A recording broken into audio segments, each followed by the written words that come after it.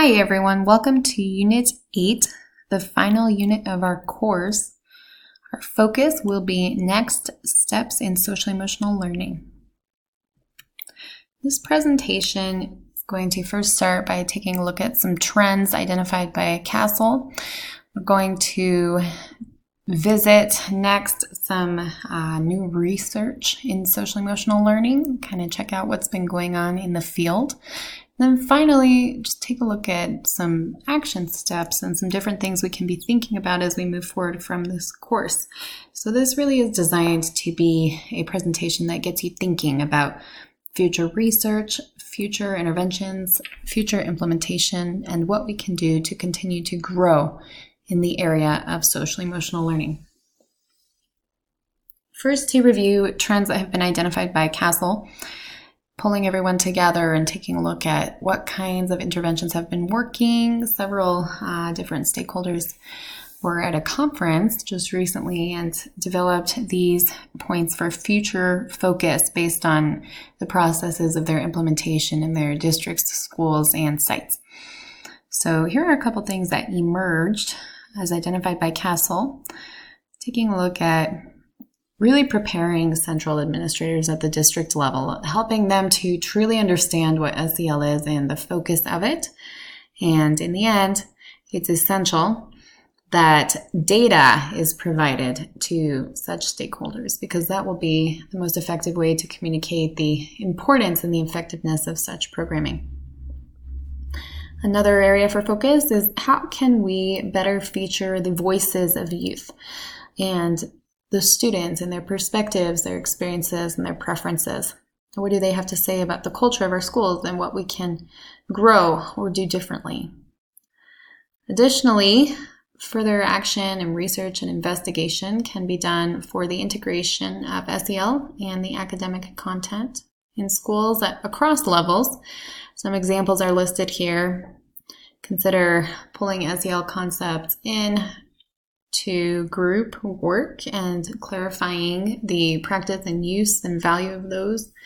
The idea of stress and emotional regulation being compared to or integrated with biology or science content, learning about the body in response to stress and tying that into SEL and self-regulation. Another trend is taking a look at how SEL can be applied and implemented in all schools. And that could be schools of any size, in any location. There are often different variables and factors impacting schools coming from different places. This is definitely a next step that Castle identified. Additionally, continued exploration of how to best first gather data and then to disseminate it. To whom should the data be given? In what format should it be given? How should it be best collected? Etc. And once again, this ties back to up here at the top, the idea of educating people all across the district and particularly central administration on the value and benefits of SEL. And then additionally, there was a focus on the systemic approach, making sure that this is being implemented at Tier 1. Everybody is on board and avoiding implementation fatigue where people feeling confused, pressured, worn out, etc. to make sure that we have that fidelity. And then finally, the idea of adult social emotional learning. A, do educators truly understand what SEL means and stands for? And B, where does their own SEL stand? What kinds of skills are they implementing within their classrooms, with their students, with colleagues, etc.? Here we have some additional evidence for social emotional learning programming that has been developed through recent academic research. We'll just go over a couple of studies here. This is a study that tested for growth in these 5 areas, taking a look to see if teaching the skills involved in Castle was going to impact these, and the measurements in this study indicated that there was a significant relationship between the development of these 5 C's and the SEL instruction based on Castle. This study took a look at state test scores across time with implementation of SEL curriculum and programming, because there had been some concerns raised that state test scores might drop if SEL became an area of emphasis that was taking up time. However, the study identified a great deal of data explaining and demonstrating that there were not any statistically significant impacts on the state test scores after bringing in the SEL. More evidence for SEL. This is actually a very powerful study, so let's really take a look at it. There were statistically significant differences in a positive direction in all three of these areas: social, emotional skills, attitudes, and well-being, when students were followed to review for their outcomes after receiving SEL intervention and instruction programming.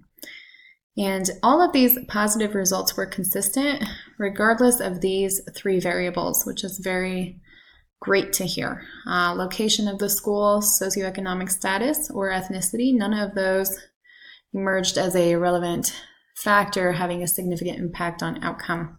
All students had these positive outcomes overall in the data.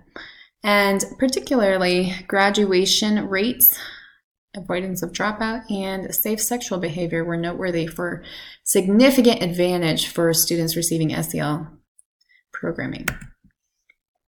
This is a visual that comes right out of the study.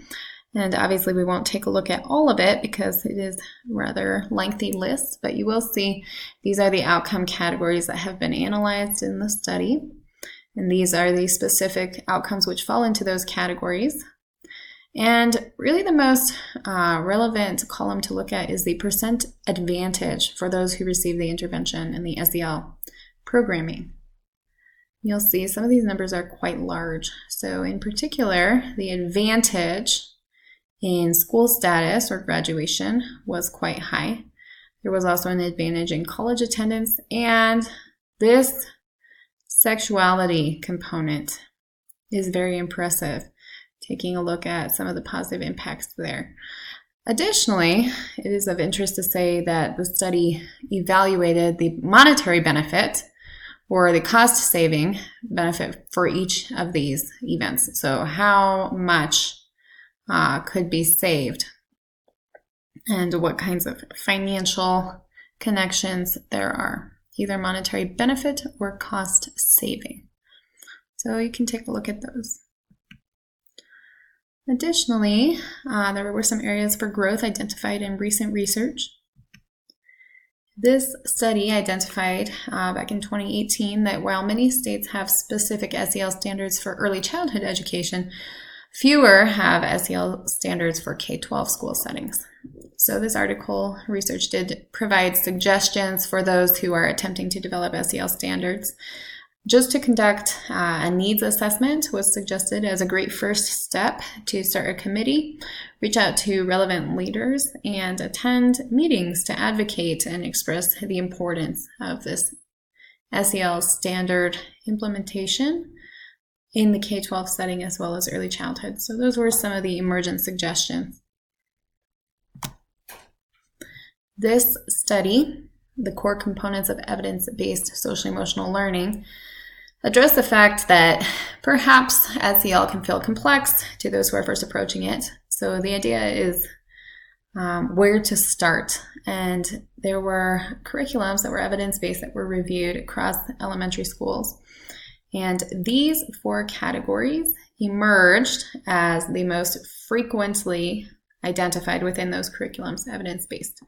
Social skills, identifying the feelings of others and ourselves, and coping skills, mindfulness and behavior, relaxation, things of that nature. So the idea of this article is, if schools aren't sure where to start, these are some very important evidence-based target areas, kind of the bones of the SEL, according to the study. This study has another area for growth. Took a look at programming within school versus after school for SEL. Also took a look at outcomes for male versus female students. And in this study, there was A definite outcome within school implementation was identified as the most effective for students. And interestingly also, this particular study did identify that female students showed greater progress. In the category of social awareness was where this progress was shown. So it's good to keep in mind when working with a variety of students who might need a different kind of approach and what might be necessary, and remaining flexible. And here we have SEL interventions in early childhood. And this is the first of a series of 4 studies identified to take a look at SEL at varying grade levels. So this article took a look at interventions in early childhood in 2017, and 2 key components that emerged were the value of engaging families. And of course, many of these components are relevant and very important across grade levels, even up into high school, early childhood, and in between. But these particularly were identified for early childhood. Engaging families and integrating into student routine, the SEL instruction and implementation. So rather than throwing in a new variable and causing students to have to change schedules, it was suggested just bring the SEL into what students are already doing and get creative with that approach. For elementary school, there were 4 different approaches for SEL that were identified.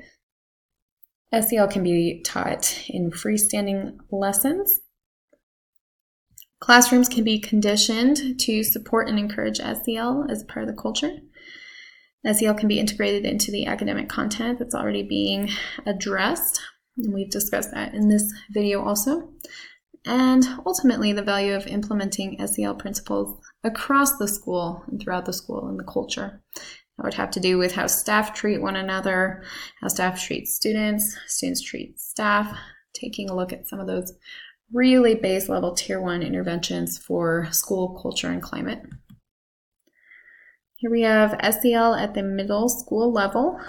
This was a case study identifying some of the really effective, helpful components for students at the middle school level.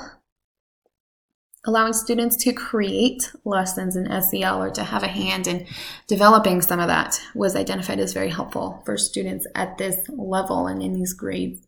Connecting to their personal experiences, because they really are starting to develop some of that more formal thought process where they're able to engage in that reflection in these grades.